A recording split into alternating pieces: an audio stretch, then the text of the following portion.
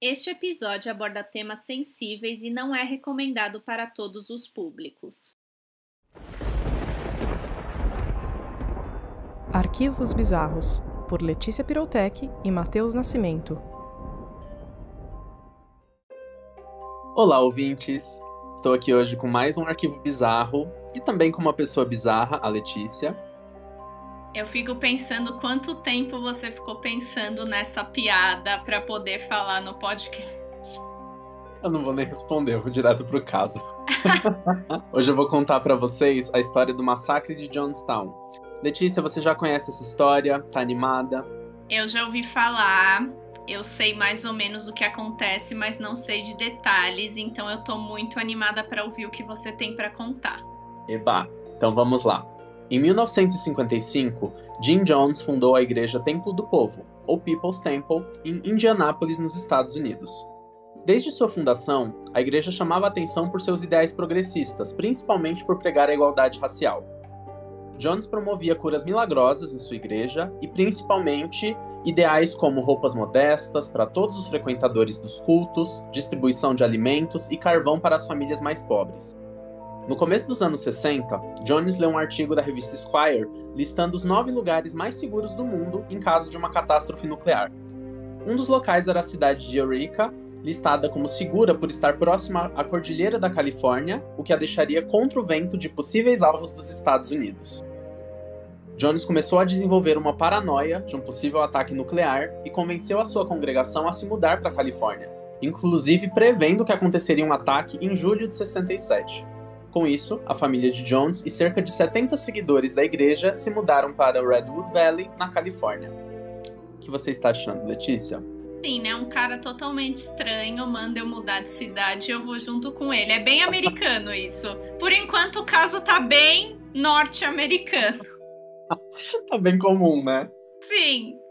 E, gente, a pessoa, né, que vê um artigo numa revista, acha que vai ter um ataque nuclear de verdade. Pra mim isso é tipo pesquisar um sintoma de uma dor no corpo e ver uma doença rara no Google, sabe? Tem nada mais norte-americano que isso. Pois é. Até a metade dos anos 70, a igreja já havia se expandido para Los Angeles e São Francisco, e com seu crescimento, Jones passou a circular entre as pessoas mais poderosas dos Estados Unidos, como a ex-primeira-dama Rosalind Carter, que era esposa do ex-presidente Jimmy Carter, que se encontrou diversas vezes com ele. Porém, a igreja começou a aparecer na mídia por acontecimentos com seu líder, ou também sobre suas doutrinas. Jones foi preso em dezembro de 73 em um cinema de Los Angeles por comportamento obsceno. Ele estava se masturbando em uma sessão. Ainda sobre sexo, Jim dizia aos seus fiéis, e aos fiéis da igreja, que ele era o único homem hétero da Terra, e que todas as mulheres eram lésbicas, todos os homens eram gays. Essa afirmação faz zero sentido, porque houveram diversos relatos que o Jim se envolvia com os fiéis, tanto com homens como mulheres, e ao mesmo tempo ele incentivava que todo mundo se tratasse como uma família. Cara, é sempre assim. Toda história de culto que você ouve é isso. Você só pode fazer sexo com o cara, você só pode estar envolvida se o cara tá envolvido. Sempre chega na parte sexual e é sempre uma coisa totalmente absurda. E eu acho também absurdo quando esse cara foi preso, né? Tudo bem que foi rápido, ele só foi, né, detido e solto, mas enfim. Detido por comportamento obsceno. Quem tá nessa igreja acha isso normal? Deixa o líder da igreja continuar? Enfim. As pessoas inventam desculpas pra qualquer coisa, pra poder acreditar em qualquer coisa. É uma loucura. Culto é sempre assim. Toda história de culto é assim. Um exemplo do relacionamento do Jones com seus fiéis aconteceu com o casal Grace e Tim Stowen. Tim era advogado da igreja e Grace uma das fiéis. Jones teve um filho com Grace, chamado John Victor Stowen, em 1972. Em 76, Grace e o marido abandonaram a igreja, que já tinha várias notícias e investigações na mídia, só que eles deixaram seu filho com o Jones, com medo do casal correr algum risco. Como que a família deixa o filho pra trás, gente? Eu tô literalmente, assim, com a mão na cara, assim, só pensando. Eu também. Não tenho o que falar. Continue. Outro fator que chamava a atenção da mídia era que Jones tinha um chimpanzé de 1 ano e meio de idade chamado Mr. Muggs. Houveram relatos que ele era muito inteligente e apegado ao pastor e que ele atendia ordens e até mesmo defendia quando precisava. Jones dizia que o macaco foi resgatado de experimentos científicos, mas foi aberta uma investigação para confirmar se ele não foi comprado em alguma loja. E aqui um pequeno comentário meu. Tem alguma loja dos Estados Unidos que é normal vender chimpanzé? Ai, legalmente, com certeza. Não sabia. Mas enfim. Coitado do Mr. Muggs. Sim, ele sempre tem animal envolvido, é isso que me irrita. Sob suspeitas e investigações da mídia, que já levavam a suspeitas que o pastor atuava como um ditador dentro da igreja, Jones procurou as autoridades da Guiana para arrendar um terreno em meio à selva amazônica para construir uma comunidade própria. Ele conseguiu tal autorização e passou a construir uma pequena cidade chamada Jonestown. Jones convenceu seus seguidores que os serviços de segurança americanos estavam conspirando contra ele, e dezenas dos seus seguidores se mudaram para a comuna em 1977. E Jones também levou seu filho John. O local possuía uma escola, diversos bangalôs, um pavilhão central para cerimônias e um espaço para plantação de verduras e legumes. A única forma de comunicação com o local era via rádio, e houveram diversos relatos que Jones promovia um regime muito severo com os fiéis da igreja, com punições físicas, inclusive com guardas armados para impedir fugas. Um dos rituais que chamava a atenção e também assustava os moradores eram as chamadas Noites Brancas. Nessas noites, alto-falantes com a voz de Jones acordavam toda a comunidade, orientando que todos se levantassem e saíssem de seus bangalôs, os obrigando a ficar acordados pelo restante da noite.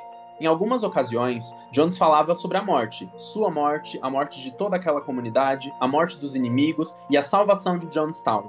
Ele chegou inclusive a citar um suicídio revolucionário.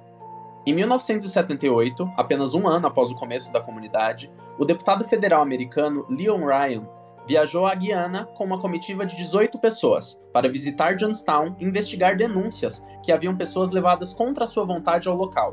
A visita foi agendada e autorizada por Jim Jones. Inclusive, nessa visita, uma das investigações era sobre o filho dele, John, porque a família queria que ele retornasse para os Estados Unidos. E aí, Letícia, o que você acha que aconteceu quando esse deputado foi para lá? Mano, eu não faço a mínima ideia. Eu só tô pensando que agora a família quer o filho de volta. Complicado, né? Tipo, virou um campo de concentração, basicamente, né? Basicamente. Um lugar fechado, no meio da floresta. O que mais esse pessoal ia fazer se não trabalhar para o Jones, né? E você só ouve essas coisas acontecendo nos Estados Unidos. Toda vez é nos Estados Unidos. Todas as vezes. Verdade. Durante a visita, alguns fiéis pediram para voltar para os Estados Unidos com o deputado. Um ato que Jones considerou como uma traição absurda. Essas pessoas foram autorizadas a ir embora com o deputado, mas no dia da viagem, ao chegarem na pista de pouso para embarcarem no avião, elas foram surpreendidas por homens armados que atiraram contra todos. O deputado e 4 pessoas morreram na hora, e o restante foi abandonado no local ferido. Meu Deus! Eu não sabia disso! Quando eu te perguntei, né, o que você acha que aconteceu com o deputado, achei que você iria chutar. Ah, ele morreu lá, ele não voltou. Que absurdo, né? Meu Deus, bom, continua. Após esse crime, Jones sabia que os Estados Unidos iriam desconfiar do sumiço do deputado, e com isso, ele colocou em prática o plano que exterminou Jonestown. Após poucas horas, Jones reuniu toda a comunidade no pavilhão central e contou que a polícia guianesa pretendia invadir o local e levar as crianças, e que a única saída e salvação de toda aquela comunidade perseguida por todos seria um suicídio coletivo. Com isso, Jones ofereceu um suco envenenado para todos que estavam presentes. Aqueles que se recusaram a beber ou tentaram correr do local foram alvejados ou esfaqueados pelos guardas. Dos mais de 900 moradores, houveram apenas 35 sobreviventes. Entre eles, pessoas que sobreviveram ao veneno, pessoas que conseguiram fugir correndo e pessoas que estavam fora do local. Parte dos mantimentos eram comprados na capital guianesa, Georgetown. Esse episódio ficou conhecido como o maior suicídio coletivo da história. Uma das sobreviventes, a Laura Johnston Cole, estava fora da cidade no momento e escreveu um livro chamado A Sobrevivente de Jonestown, contando como era o dia a dia no local. E Letícia, me diga o que você acha que aconteceu com Jim Jones? Eu não sei, eu não faço a mínima... Aposto que ele foi o único que não se matou, que ele era covarde demais para tomar um negócio. Ele não morreu envenenado, mas o corpo dele foi encontrado no pavilhão. Até hoje não se sabe se ele cometeu suicídio ou se foi alvejado por alguém. Ele estava com um tiro na cabeça. Eu não duvido que alguém com raiva matou ele, porque eu duvido que ele tomou o negócio. Eu também. Bom, o local hoje está coberto pela floresta amazônica e existem moradores locais que gostariam que a área de Jonestown fosse explorada como um ponto turístico, mas é algo que o governo do país se recusa a autorizar. E essa é a história de Jonestown, o maior suicídio coletivo da história. O que você achou, Letícia? Primeiramente, eu acho extremamente triste, né? Só mostra o desespero das pessoas em querer ter alguma coisa para acreditar, essa necessidade que a maioria das pessoas tem de ter que seguir alguma coisa. E normalmente é um ser humano, sabe? É um ser humano igual você, a pessoa não sabe mais nem menos que você. O que ela pode te dizer que você não pode aprender lendo, estudando outros tipos de coisa? Eu não entendo essa necessidade, que é o que eu comentei no começo, que principalmente norte-americano tem de participar de culto. Quão fácil é atrair eles para um culto. Me assusta demais isso. E o quão fácil é, tipo, qualquer pessoa pode chegar, falar um monte de baboseira e eles vão seguir a pessoa, mano, até morrer, literalmente até se suicidar. Literalmente até morrer. Eu fico muito chocado, porque isso já tinha vários indícios, gente, que esse cara não era normal. Quando ele foi preso, todas as ideias dele, vai ter um apocalipse nuclear. Cara, você tá falando isso baseado no quê, sabe? Mas é o que eu falo, nossa, eu não sei nem explicar, é tão absurdo coisas totalmente evitáveis como essa acontecerem, sabe? O fato de que só aquele general tentou fazer alguma coisa e aí ninguém fez mais nada, sabe? Eles se suicidaram e foi isso. Tipo, todo mundo perdeu a vida à toa, perdeu a vida pra nada. Sim. E aqui uma coisa que eu queria ver com você.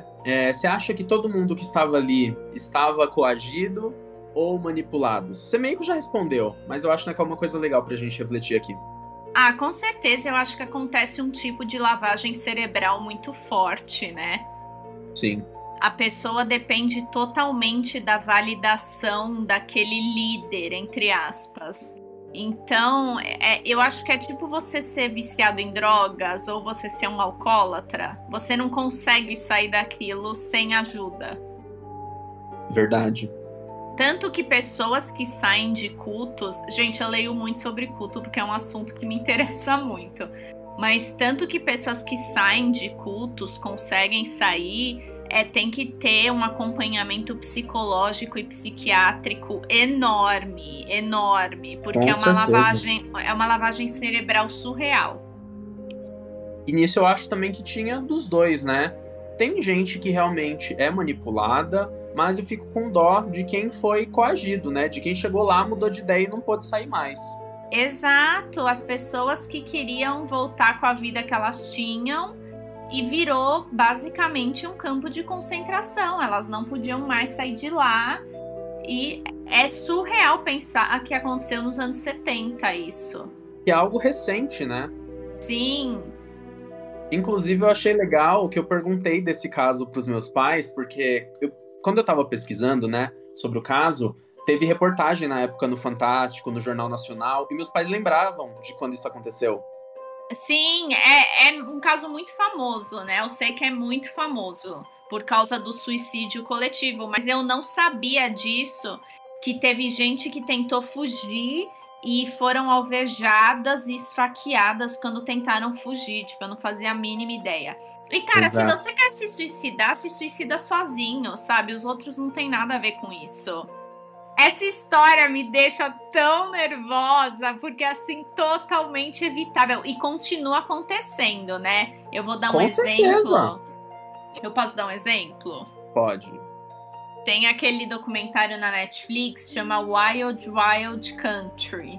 E, gente, eu recomendo demais, porque é literalmente a mesma coisa. Só não tem o suicídio, mas é a mesma coisa. É um cara que apareceu do nada... Todo mundo começou a seguir ele, criaram uma comunidade. Onde foi? Estados Unidos. Onde tinha que ser, né? Onde mais? Ai, gente, mas até talvez aqui no Brasil a gente tem exemplos disso, né? Eu não quero ser muito polêmico e falar nomes, mas eu acho que tem muito charlatão por aí, em grandes igrejas, né? E muita gente que segue, assim, de uma cegamente. maneira... Exato, era a palavra que eu tava procurando, obrigado. Cegamente, porque como que é possível as pessoas ainda seguirem uma pessoa depois, assim, de saírem investigações sobre ela, de descobrirem coisas horrendas sobre a pessoa que ela já fez, sabe? Eu sou contra a religião organizada, eu não acredito nisso. Eu me considero espiritualista exatamente por causa disso, porque eu não acho que a gente tem que seguir um ser humano em nenhum contexto, entendeu? E sim, os líderes que você falou, eu sei exatamente do que você está falando, não vamos citar nomes, mas sim, eu acho que se iguala a um culto também, né? Com certeza. É um tipo de lavagem cerebral, e eu conheço pessoas que já perderam muito dinheiro por causa disso. E pessoas que mudam seus hábitos, né? Começam a fazer coisas diferentes, começam a se vestir de uma forma diferente, porque foram induzidas por alguém. Isso não entra muito na minha cabeça, mas... O que a gente pode fazer, né? Exato. A gente pode ajudar até um certo ponto. Se a gente conhece alguém que está enveredando por esse caminho, eu recomendo conversar com a pessoa, tentar abrir a mente dela para outras coisas. Mas se a pessoa não quer escutar... Exato. A gente já teve várias conversas sobre isso, sobre as pessoas não ouvirem. Sim.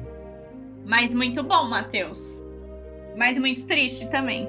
Faz jus ao nome do nosso podcast, né? Mas muito bom, Matheus. Essa história é muito interessante e gostaria de mais histórias de culto no canal. Eu gostei de pesquisar essa e sim, vou procurar outras histórias de culto. Porque agora, que nem você, eu me interessei um pouco. Nossa, tem tantas. E é todas nos Estados Unidos, juro. Acho que tem, tipo, 2 que é em outro país. Bom, em breve teremos outras histórias. Tô ansioso pra próxima que você vai trazer, né, Letícia? Então, a próxima que eu vou trazer vai ser sobre uma história de um amigo. Sabe, essa é uma história verdadeira. Aconteceu com um amigo de um amigo meu. Olha... Quero mais detalhes, mas eu não quero spoilers também. Então, não, sem detalhes, mas envolve navio. Interessante. Navio de cruzeiro? Tenho vontade de fazer. Não, navio de petróleo. Mas a gente pode fazer um cruzeiro, eu e você. Quem sabe? Bom, ouvintes, se vocês gostaram dessa história, comentem com a gente nas nossas redes sociais. Bom, siga a gente nas redes sociais, no Instagram, Arquivos Bizarros, no Twitter é Arquibizarros. E se você tiver uma história pessoal para contar, é só mandar sua história para bizarrosarquivos@gmail.com. Isso aí, queremos muito saber suas histórias sobrenaturais. A gente até já falou em outro capítulo, né? Se for de crime, não sei se eu quero saber, mas manda aí pra gente. Se for de crime, nós vamos ter que entrar em contato com a polícia, mas mande pra gente. Exato. Muito obrigada. Obrigado, gente. Até a próxima. Até.